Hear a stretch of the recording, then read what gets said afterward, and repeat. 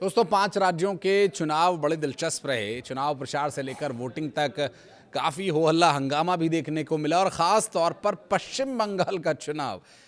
ममता बनर्जी जब चुनावी मैदान में होती हैं तो वहाँ की जो राजनीति है, जो वहाँ का एग्रेशन है, वो लोगों को बहुत आकर्षित करता है। और इस बीच पश्चिम बंगाल में चुनाव परिणाम आने से पहले कुछ एक बड़ी अपडेट सामने आ रही है। मसलन कि दक्षिण 24 परगना में जो वोटिंग चल रही है उस पर भी आपको अपडेट देंगे। साथ ही बात करेंगे 4 मई को, यानी अब से कुछ देर में या कुछ घंटों में कहा जाए, लगभग 2 दिन में आने वाला जो चुनाव परिणाम है, काफ़ी कुछ यहाँ पर बदलने वाला है। लेकिन उससे पहले सट्टा मार्केट फलौदी में क्या कुछ चल रहा है ये जानना भी दिलचस्प रहेगा। सट्टा खेलना खिलाना पूरी तरह से गैर कानूनी है, लेकिन ये तथाकथित जो सट्टा बाज़ार है फलौदी का, ये काफ़ी कुछ यहाँ पर चल रहा है। और पश्चिम बंगाल को लेकर के क्या कुछ यहाँ एकदम से बदलाव हुआ है उस पर भी बात करेंगे। और ये चुनाव परिणाम में कैसे रिफ्लेक्ट हो रहा है या चुनाव परिणाम को लेकर के यहाँ क्या बातचीत चल रही है उस पर भी बात करेंगे।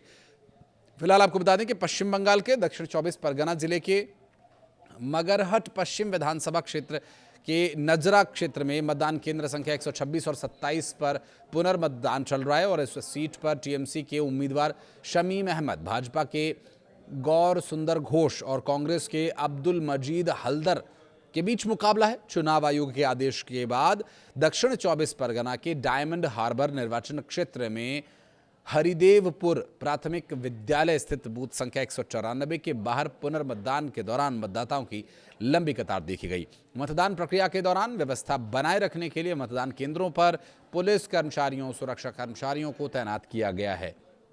नमस्कार, मैं हूं आशीष त्रिपाठी आपके साथ। तो ये अपडेट थी आज की वोटिंग को लेकर जो पश्चिम बंगाल में चल रही है, जहां पुनर्मतदान का निर्देश दिया गया था। और अब बात सट्टा बाजार फलौदी में बंगाल चुनाव के बदल रहे ट्रेंड की।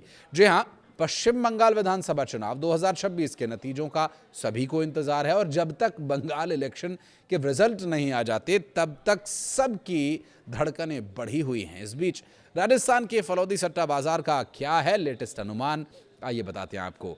दरअसल फलौदी सट्टा बाजार के ताज़ा अनुमान में पश्चिम बंगाल में बीजेपी को 150 से 152, टीएमसी को 137 से 140 सीटें मिलती दिखाई गई हैं। जहां दिलचस्प ये है कि पहले ये ट्रेंड टीएमसी के पक्ष में था। नतीजों से पहले पश्चिम बंगाल चुनाव को लेकर भविष्यवाणियों का दौर भी जारी है। कभी किसी में भाजपा को बढ़त दी है तो किसी ने ममता बनर्जी कि टीएमसी पार्टी को।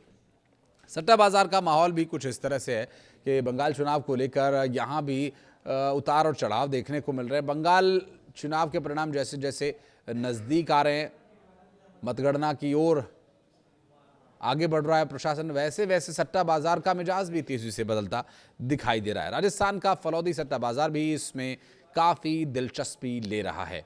फलौदी सट्टा बाजार में दूसरे चरण के मतदान के बाद जो तस्वीर सामने आ रही है उनसे राजनीतिक हलकों में हलचल बढ़ी हुई है और ऐसा लग रहा है कि फलौदी सट्टा बाजार ने बंगाल चुनाव पर यू टर्न मार लिया है। दरअसल फलौदी सट्टा बाजार के लेटेस्ट जो अपडेट्स आ रहे हैं या जो आकलन अगर कहा जाए तो गलत नहीं होगा, ये सबको हैरान कर देने वाले हैं। एग्जिट पोल से इतर फलौदी बाजार के सट्टा बाजार ने पहले कुछ और संकेत दिए थे, लेकिन अब दूसरे चरण की वोटिंग खत्म होने, रीपोलिंग की घोषणा होने, रीपोलिंग होने के बीच कुछ और ही कहानी यहां पर चल रही है। जो फलौदी सट्टा बाजार के ताजा आकलन की माने तो पश्चिम बंगाल विधानसभा चुनाव के दूसरे चरण के मतदान के बाद भारतीय जनता पार्टी को 150 से 152 सीटों तक मिलने का अनुमान जताया जा रहा है। वहीं तृणमूल कांग्रेस को 137 से 140 सीटों के बीच सिमटते हुए दिखाया जा रहा है। फलौदी सट्टा बाजार का ये बदलाव इसलिए भी अहम माना जा रहा है क्योंकि चुनाव से पहले यही बाजार टीएमसी को बढ़त दे रहा था, जबकि बीजेपी को करीब 100 सीटों के आसपास ही आका जा रहा था। बंगाल के हाई प्रोफाइल भवानीपुर सीट, जहां से ममता बनर्जी और शुवेंदु अधिकारी चुनावी मैदान में हैं, वहां भी सट्टा बाजार का रुख बदला हुआ है। ममता बनर्जी के 20 से 25 पैसे से जो सट्टा लगाने का भाव है बढ़कर 50 पैसे पर पहुंच गया है और बाजार में नजर आ रही उनकी स्थिति पहले से कमजोर होने के संकेत मिल रहे हैं। हालांकि चुनाव से पहले टीएमसी को फलौदी सट्टा बाजार में बढ़त दिखाई जा रही थी, वहीं भारतीय जनता पार्टी को मात्र 100 सीट देने वाला सट्टा बाजार आज दूसरे चरण के मतदान के बाद पूर्ण बहुमत के साथ 150 से अधिक सीटों पर दिखा रहा है।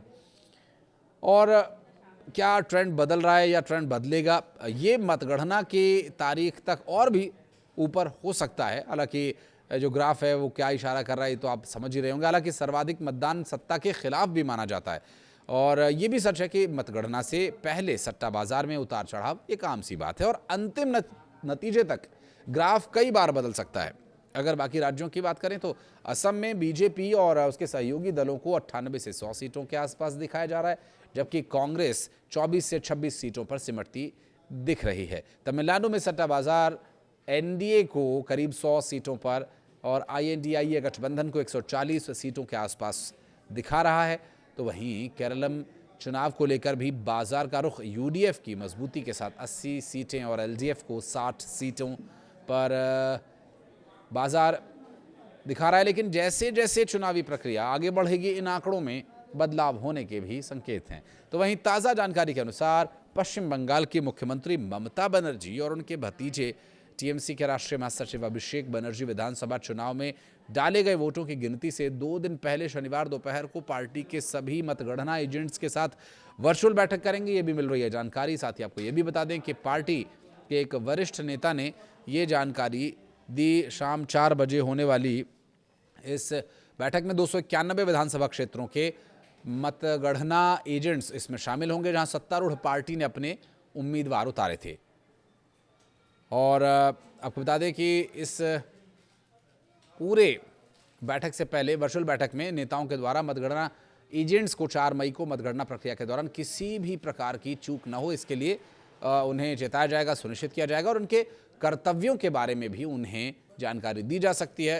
यानी पूरी ट्रेनिंग होगी और ट्रेनिंग पक्की होगी।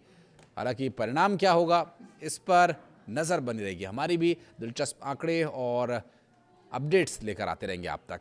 वीडियो को यहाँ तक देखने के लिए बहुत बहुत धन्यवाद। अभिषेक बनर्जी विधानसभा चुनाव में डाले गए वोटों की गिनती से 2 दिन पहले शनिवार दोपहर को पार्टी के सभी मतगणना एजेंट्स के साथ वर्चुअल बैठक करेंगे, ये भी मिल रही है जानकारी। साथ ही आपको ये भी बता दें कि पार्टी के एक वरिष्ठ नेता ने ये जानकारी दी। शाम 4 बजे होने वाली इस बैठक में 291 विधानसभा क्षेत्रों के मतगणना एजेंट्स इसमें शामिल होंगे, जहां सत्तारूढ़ पार्टी ने अपने उम्मीदवार उतारे थे।